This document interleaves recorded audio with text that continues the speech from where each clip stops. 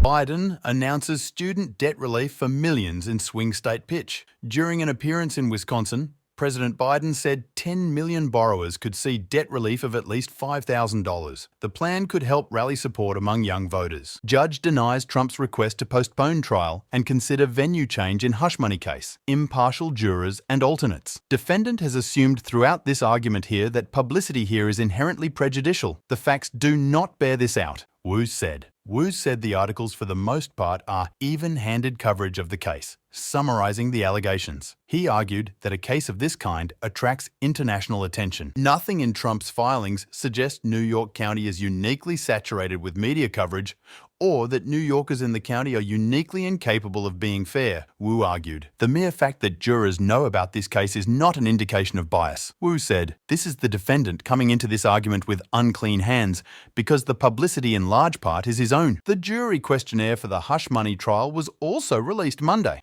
Potential jurors will be asked a wide range of questions, from where in the city they live, to where they get their news, to whether they've ever attended a rally for the former president or had any affiliations with groups like the Proud Boys or with the QAnon movement. Prospective jurors will be quizzed on their feelings about Trump and asked if they or anyone in their circle have ever been to a Trump rally or worked or volunteered for a Trump presidential campaign, the Trump presidential administration, or any other political entity affiliated with Trump. They'll also be asked if they've ever participated in any anti-Trump groups or event, but they won't be asked explicitly what political party they belong to, who they voted for, or who they have made political contributions to. In addition to their news consumption, jurors will be asked whether they've ever read or listened to any books or podcasts by Michael Cohen, Trump's former lawyer and a central witness in the case against him, or former Manhattan prosecutor Mark Pomerantz, who also wrote a book about this case. Killer in Las Vegas law office shooting had very specific targets, police say. Las Vegas, AP, a man opened fire Monday during a deposition hearing in a child custody case at a law office